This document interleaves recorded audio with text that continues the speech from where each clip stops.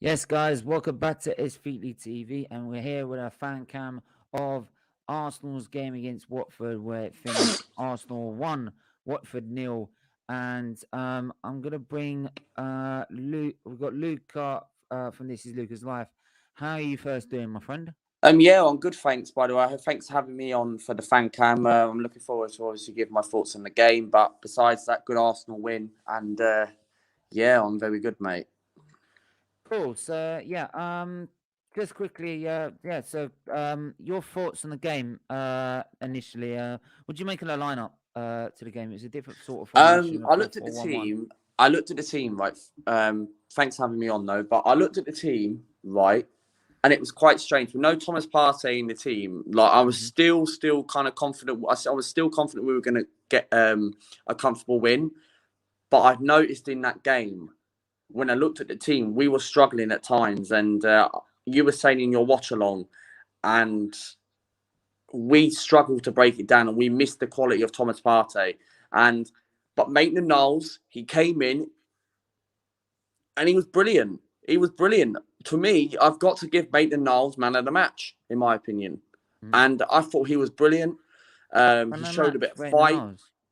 No, I would give it Okay. to Ainsley Maitland-Niles. I thought he put in a good shift against Thomas Partey, and I thought he I played wouldn't really, really expect so, well. to be honest.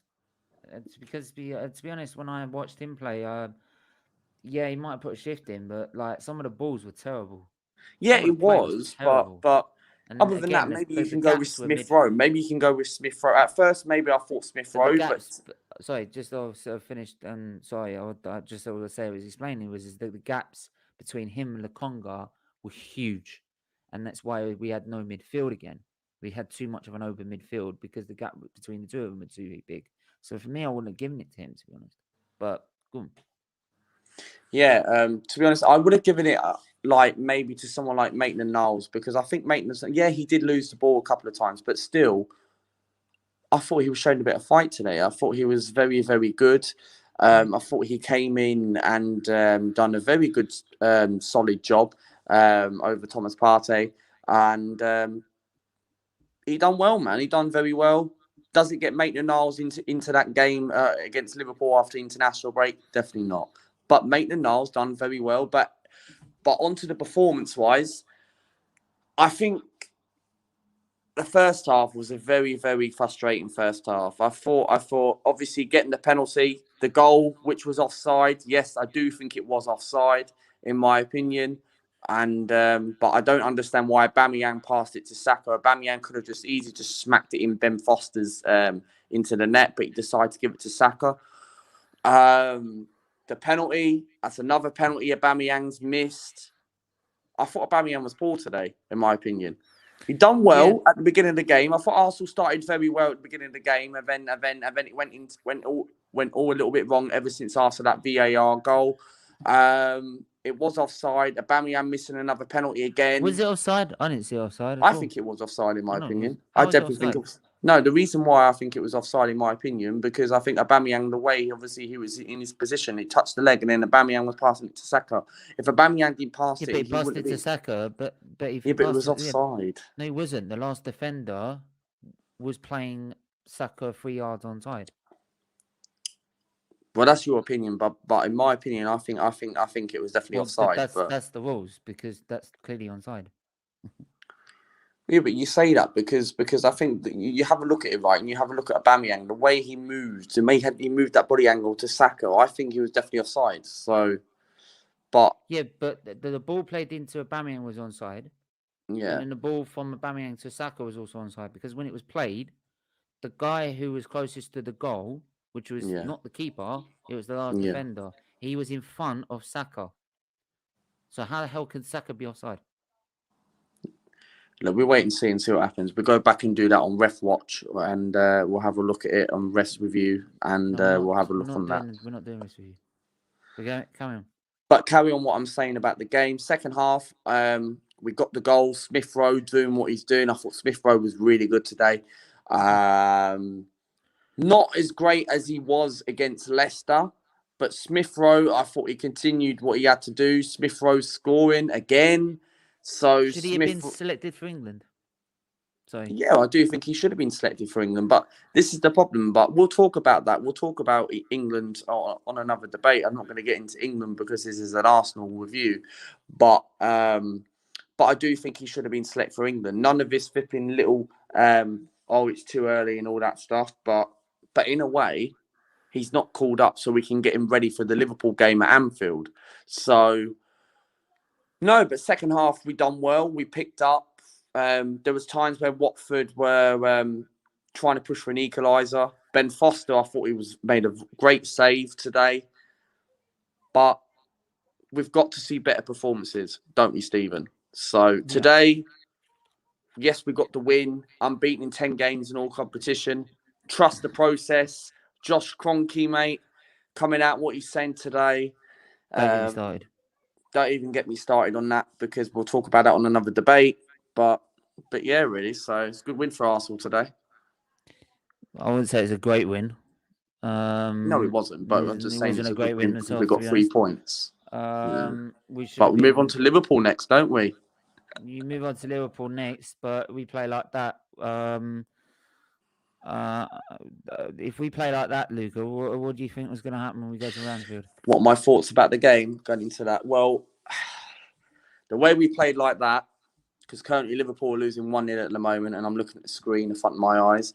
But technically, I ain't confident going into that game. Like if we play like we did in that first half, Liverpool will beat us, especially with the likes of Fabinho, Salah, Mane, Jota. They've got so much quality, and the only way we can pray, right? The only positive I will say about that game is that maybe an international break has kind of come right for us because Liverpool could pick up injuries. I'm not saying that maybe Mo Salah could get an injury and that, but Firmino's out, of course, for the game.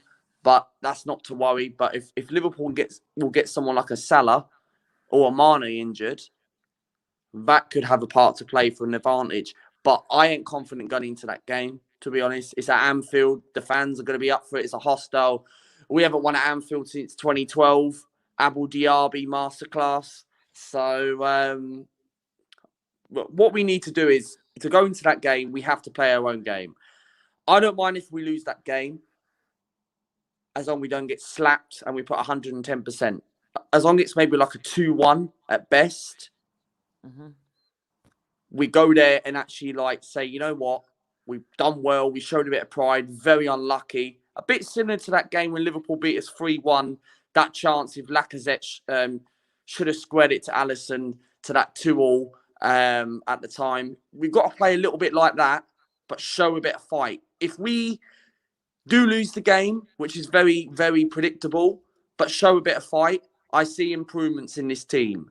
Mm-hmm. But if it's the same old, going to get slapped in the first 20 minutes, then I'm afraid we're going to lose. But I ain't confident going into that game. Prediction, 3-1 Liverpool in that game. We'll leave that for another time. But we'll leave that for another time. I've already got a Liverpool fan lined up for that. So, yeah, I mean, look, in terms of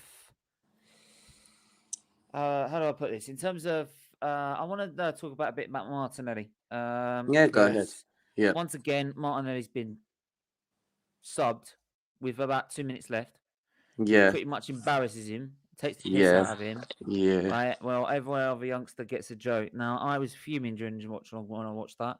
That was just disgraceful. And to be honest, if I was Martinelli, I would have quite easily just gone, no, you could piss off. I ain't coming on. Why am I coming on? For what? 2-minute cameo? Just to say you took me on? Start playing me in some games. Especially when Saka, if you saw him at the end of that game, was dead. He should have been 100%. Shouldn't even been playing. To be honest, Pepe should have been playing. Right? The amount of times that Pepe gets off, he's got plenty of energy in him. Saka's got no energy. That's why he should be. This is the thing, right? And that's what kind of annoyed me because I watched the game with one of my friends, right? And one of my next door neighbours. And now, and technically, he was saying to me, what's the point of bringing Martinelli on for the last few minutes? You've won the game anyway. And I said exactly the same thing. And he was right. And technically, I don't see the point. Like Arteta is killing Martinelli's confidence. Yeah, Martinelli started against in the Carabao Cup the other week against Leeds, and that was his first game in 1100 minutes. But at the end of the day, right? What I'm trying to say is that Arteta is killing Martinelli's confidence. He's killing his confidence, and this guy, which he came in, was scoring like 10 or 11 goals or something like that. He was scoring like 10 or 11 goals, especially that game when we played Liverpool at Anfield in that Carabao Cup that time when Ceballos missed that penalty in that 5-5 draw. Martinelli was brilliant. And Martinelli is one of those players, and now he has to be a confidence player. Would you start Martinelli against Liverpool at Anfield? I think you should. But I don't know. It's hard to say, Stephen. Would you start Martinelli against Liverpool at Anfield? Stephen's muted. Right. But hang on. You said the other day we can't start Martinelli for this game because he hasn't got the minutes. No. Yes, I did say that. But what I'm trying to say, if that's the case, then why are we starting him against Liverpool? But would you start him against Liverpool though, or would you say it's a game like okay? But because Saka's got to play for England in the international break. I wouldn't be surprised if he gets an injury, in my opinion. But I could see that coming, but it's probably very unlikely, but I can see it coming. Would you start a Martinelli against Liverpool? Would you put him in there? Yeah, I would put him in there. To cause Liverpool's wing-backs problems. I'll put him in there. I'll put him on the left with Aubameyang. I'll put him on the left with Aubameyang. And then maybe during the game, switch him to a striking role. If the game's like, if we need someone, do you know what? I would play him as a striker. Do you know what? Because we're going to sit back. Yeah, of course we are. We're going to play. We're going to play 5 at the back in that game. No, we're going to play 10. We're going to play 9 at the back with one up front. And yeah, so I would play him. Yeah. And then go on from there. And then because we need pace up front to break away and try and create something. And here's the thing as well: when we sit back and then we try and counter, we don't counter at all. Right? We say we counter, we get back to the halfway line and we start parking backwards again. It's true, isn't it? So, but there we go. Anyway, yeah.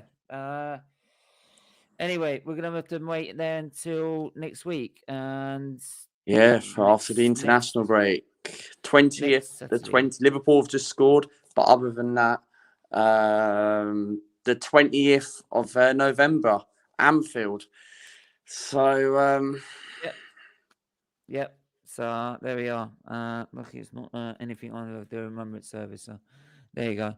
But yeah, everyone, please do smash the like button, smash the subscribe button, hit the share button as well. Make sure to go and check This Is Luca's Life as well on YouTube. Thank you. And yeah, and turn the notifications on my channel. I'm going to be filming my Watford reaction. Well, there's no point in recording that because like this is going to be put off after. So there you go. Anyway.